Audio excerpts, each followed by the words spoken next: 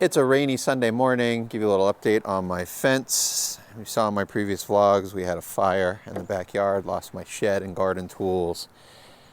So it got a little delayed because we applied for a permit, HOA approval, to extend the fence out another 30, I believe it was 32 feet, and then get the neighbors on board. They wanted to come out as well. So I've been digging post holes 2 or 3 per day, chipping away at it.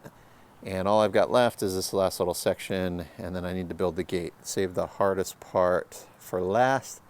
I'm on standby to shoot some live shots tomorrow. They put me on hold on Friday. It's now Sunday. I haven't heard back, so that most likely means at this point they don't need me. But if they do, it's going to be rainy.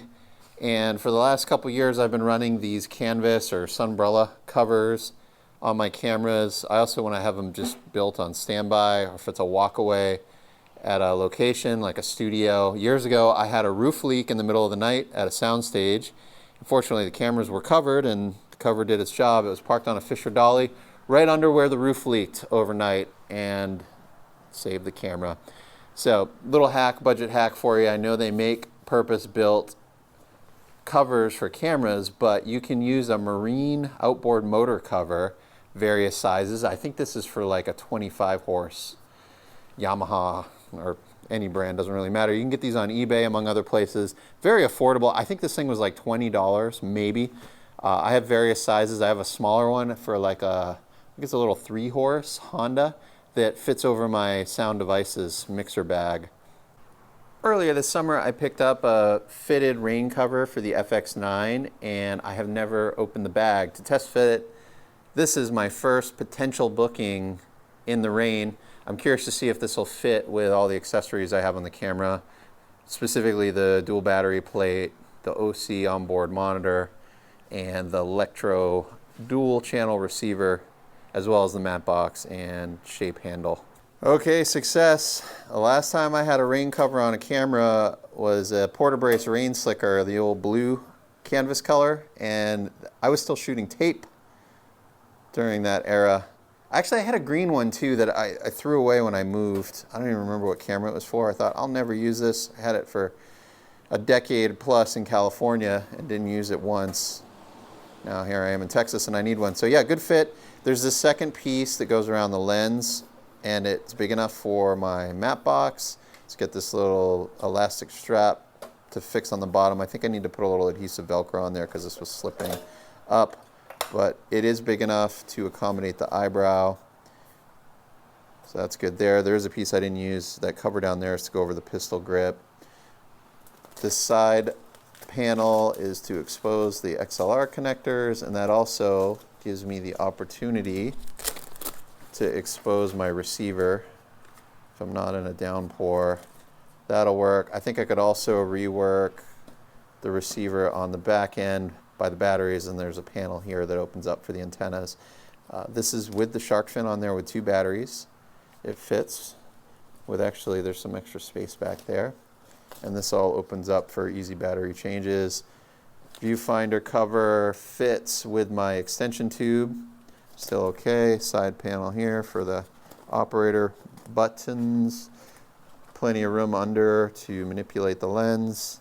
So yeah, good deal. I am going to leave this on the camera just for the night in case they send me out tomorrow, but I'm not going to leave it on the camera because in the Texas sun, that black cover, I guarantee the camera would overheat. Tell me if you share this condition. Every shoot, there is one item that's a must-have that would have made the day better. I put it on my wish list. And the thing I struggle with, even after all these years, is accurately predicting if that item is a good buy and if I'm going to use it again, or if 12, 18 months will pass before the opportunity comes up. This may be one of those examples, resurrecting the old trusty EX3. I purchased an Anton Bauer gold mount adapter. This is the FX6 adapter, but it uses the same style battery. I just can't tie it down with this 1/4-20 screw point, but it feels pretty secure. One issue was the FX6 runs on, I think it's 19.5 volts. Fortunately, the connector doesn't fit, and that's because the EX3 runs on, doesn't say here, but it's 12 volts. So I purchased a D-tap, which, well, 14.8 volt to 12 volt. I think it's going to be okay. I haven't tested it, but I do know the camera runs on 12 volts, external power supply. So let's try this out for the first time. Now, the reason I did this is I don't want to invest in camera-specific battery technology. For years and years, I have standardized since the beginning on gold mount. So I adapt everything, lights, monitors, cameras. In my Steadicam days, gold mount was preferred because at the time, V-mounts were very inconsistent on tolerances. So you'd get chatter, which was a problem on the sled.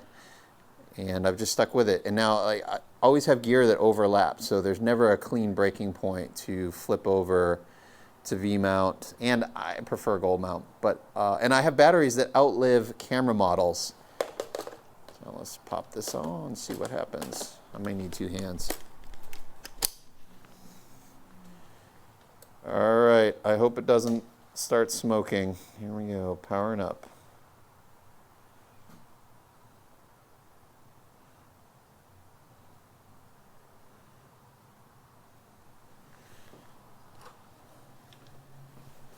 Boom. All right, looks good. It says DC in 12.9 volts. Cool. I'm just going to let this run for a bit. Make sure we're okay. Oh, I love that. 8 hours of runtime. That is amazing. This may actually run a little better on the shoulder now. Extra weight in the back. Hey, if you know of the old school VCT14 adapter for the EX3, someone made it was a flat aluminum plate. I don't want like a shoulder bulky aluminum thing with rod mounts or anything. I just want that old flat plate. I haven't even browsed yet, but maybe there's some on eBay. I don't remember who made that, if it was like Vocus maybe, or Croisil. If you recall the model, or you have a link for me to buy a used one, let me know. I just discovered the D-tap cable has a voltage regulator, so that is a good thing. If you're wondering why I'm running an ancient camera, it's because someone appropriately commented in one of my previous vlogs, it's good to have a burner cam, particularly for news. This summer, I had my FX9 out doing bump shots for several days down on the southern border here in the US, South Texas, in the dust and the heat. I just had to keep a shot up for like 6 to 10 hours continuous so that the network could cut to it at any point throughout the news cycle on the hour. I don't need a high-end cinema camera, obviously, for that, but it's what I own. And then I realized, shoot, I have two of these sitting in storage. It's got a 12x zoom, half-inch 3-chip sensors, makes a decent image. Even though it's an old camera, it's more than adequate for a lot of news, live TV. It's all about getting the shot over cinematic perfection. And then sometimes, as you can refer back to my recent trip to Mexico to shoot a remote interview with a live feed over the live view, I chose this camera, one, because I was going into Mexico and I didn't have time to set up a carnet, and two, I wanted the very extreme depth of field because we were up high and we wanted a nice view of the river in the background and all of it to be somewhat in focus. I didn't work this week because I had jury duty, and a day before my dates, sure enough, the phone rang with a day of work. I passed. I already deferred once. I figured I'd just get it out of the way. Unfortunately, I only had to serve one 8-hour day. Didn't get selected for a trial. Next, I thought I'd talk about a piece of equipment I have struggled with for many years, the ubiquitous C-stand. I worked for several years as kind of a second gig, working as an electrician on indie and lower budget features in Los Angeles, in between camera and DP jobs. So I got to wrestle with C-stands a little bit, but I got some great notes from Career, Grips, Local 80 in LA. A little side note, in Los Angeles, the major studios have all, for the most part, standardized on one particular manufacturer. That's American Studio Equipment. This is an American head and arm. The grips just prefer the hand grip and the biting strength of an American head over some of the other manufacturers. I think they were unique in the friction pad that they use. It's not a metal washer. It's like a soft, I think it's a 3M product, and they're replaceable as they wear. So I had a grip truck for a few years. I was a partner on it, and then briefly was the sole owner of it. I kept it consigned at a rental house, sold it in 2019, but I had like a little 2.5, maybe a 3-ton package, 16 C-stands, 14 standard size, 2 shorts, and I can confidently refer to them correctly as Gary Coleman stands because I worked with Gary on several TV commercials, and that's how he preferred for them to be addressed. So I don't have any Gary Colemans anymore. I just carry 4 standard size C-stands in my van package, and I have 3 or 4 more in a storage unit should I need them. All right, C-stand used for camera ops. First thing, I watch people struggle, and the most elegant way, particularly in a corporate environment, to unfold a C-stand if you don't work with these things every day. Now, there are different bases, you know, spring-loaded turtle base, nose spring. I prefer the nose spring with the adjustable leg. Now, the career grips will deploy these things upright. I prefer to flip them upside down. That way I'm not worrying about lifting it up in the air and maybe going at an angle and the risk of someone like coming around a corner behind me and walking into the stand, which did happen to me once in a corporate office. So I flip the stand over, and that allows me to push up on the base as I deploy it, and it indexes into place. I watch people, they struggle spinning it the wrong way. They can't figure it out, they get the lengths wrong. So again, if it's not spring-loaded might actually be a little easier, is you start with the big leg upside down and you open it clockwise while pushing up. And you can see all the legs index into place. First up, when you build your stands and want to stand them by on the side, you solder them all together with all the big legs aligned. One of the advantages to the C-stand base is it allows you to nest multiple stands closer together because of the varying leg height. This is very common in feature films and episodic TV where, say you have one big light source comes into place, like a 10K, then you put 4x4 siders on each side with C-stands. You might put a bottomer and a topper, and then around camera you may nest multiple C-stands for lensers and siders, and everything gets nested all claustrophobic. And the turtle base is just really elegant over a conventional light stand for stacking. Next note for a cam op, I'm out of focus, get on my focal plane, is always, always, always leave the head and arm on the stand. Even if you want to use this thing as a light stand with this 5/8 baby pin, it can still be done with the arm on there. The reason you want to leave the arm on is so that the stand is complete and available for your next setup, because when you move on, you don't want to go hunting for the head and arm that's off in the corner. Like this may end up being something to hold a flag next up. So instead, what you can do is just invert the arm, and the arm is the same diameter as the baby pin. It's very easy to mount your light on there. Next note, this should be obvious to everyone, but in case you've never heard it, again, I'm an ignorant camera guy, I'm not a grip, but the arm should always flow to the right if you're standing behind the stand, and that's because of the way it's threaded. So that when you arm out, let's say we're going to put a load on this side of the arm, you want to be in a situation where the weight of the load causes the threads to tighten. Some of the other brand stands, as they wear, there's a greater range in the amount of torque you have to put on the head to keep it from slipping, where the Americans seem to be more, I would say, uniform as they age to the point where then they just slip and don't hold at all, and that's when you know you got to change out the friction pad.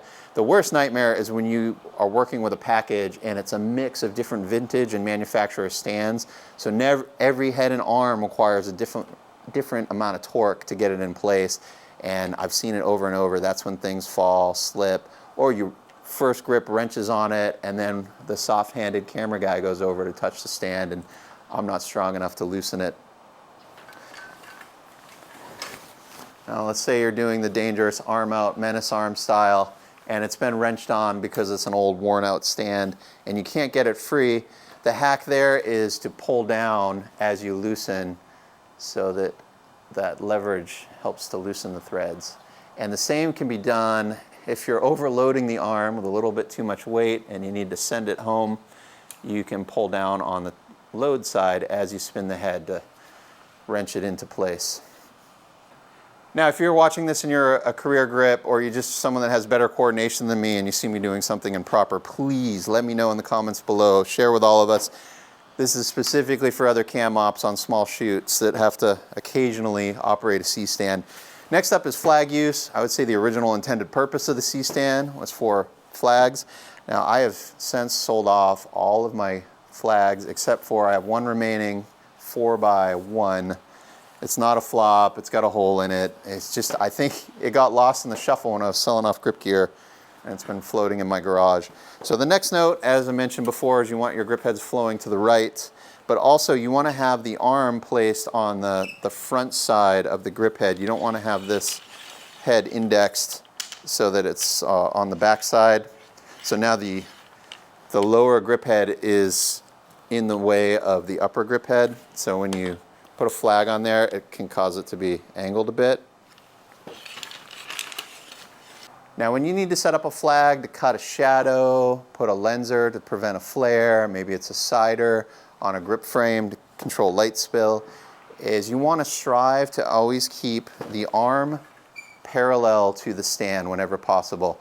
Arming out at an angle or 90 degrees is always a last resort for safety reasons, as well as you just want to strive to maintain the smallest possible footprint on set. And the next note, this got hammered into me on a feature by the key grip, is always start with the arm half extended versus it in the lowest position, and then you're burning up the first riser to get into place. Always start with your arm at 50%. Now I know this is out of frame, but just stay with me here. Now I'm going to install this flag, so it's same thing. It's in line with the stand. You can see here everything's nice and tight and compact. So if you need to cut a shadow off a wall, you start with your flag in alignment with the stand, and you want all your thumb screws to maintain a parallel line. You don't want to be in situations where it's all messy like this. Because again, you're just slowing down the next crew member that touches the stand. Just keep everything neat and uniform. And if I need to come up or down, first try to do so on the arm before you use the risers. And then general rule is as you go up, you use up most of your arm extension first, and then it's the upper riser or the smaller tube first. You fully extend that one, and then you get to the next one. And depending on how much weight on it, you don't want to go more than maybe about 2/3 of the length of the riser, just to minimize the risk of the stand getting bent or damaged. Okay, let's say you need to get low and arm out. This is not optimal, and I'll go through a cleaner way in a second. But next is sandbags. First up, you always want to have the big leg under the load, and the sandbag should be on the big leg. Reason being, the big leg prevents the bag from touching the ground, and thus there being less of it supporting the stand. If you need to do additional bags, say a second and third, you can position them vertically and resting on the riser. If you need to place a flag in a position like this, which is below the standard height, and you don't have a short C-stand, instead of arming out like this, again, keep in mind it's best to always keep things vertical for safety reasons, less points to poke people, and your rig takes up less space. This is a good example too of just how low you can get with a standard height stand. If you're on set and you need to set a flag low, and you've got a standard stand next to you, but you got to run to the truck for the shorty, you can get very low, as you can see here. With a standard stand, that's a 1x flag, so with like a 2x3 flag, I believe I'd be touching the floor. As the years have passed, I have found I prefer working on smaller, crude shoots where I'm often doing everything myself, or it's me and one assistant, or just like myself and a producer. And I've adopted a lot of the still photo gear for use with motion. I love these 5-in-1 reflectors, silk.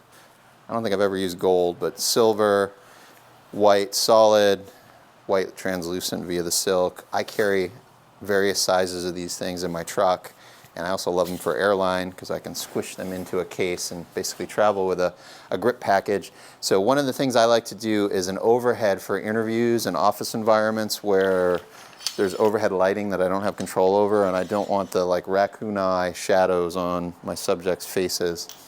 So I found with these 5-in-1s, without the use of like a duckbill or other type of clamp, say a Cardellini or a Mayfer, I can just use the grip head to bite the 5-in-1 reflector because it's got this metal frame that basically forms a T with the fabric.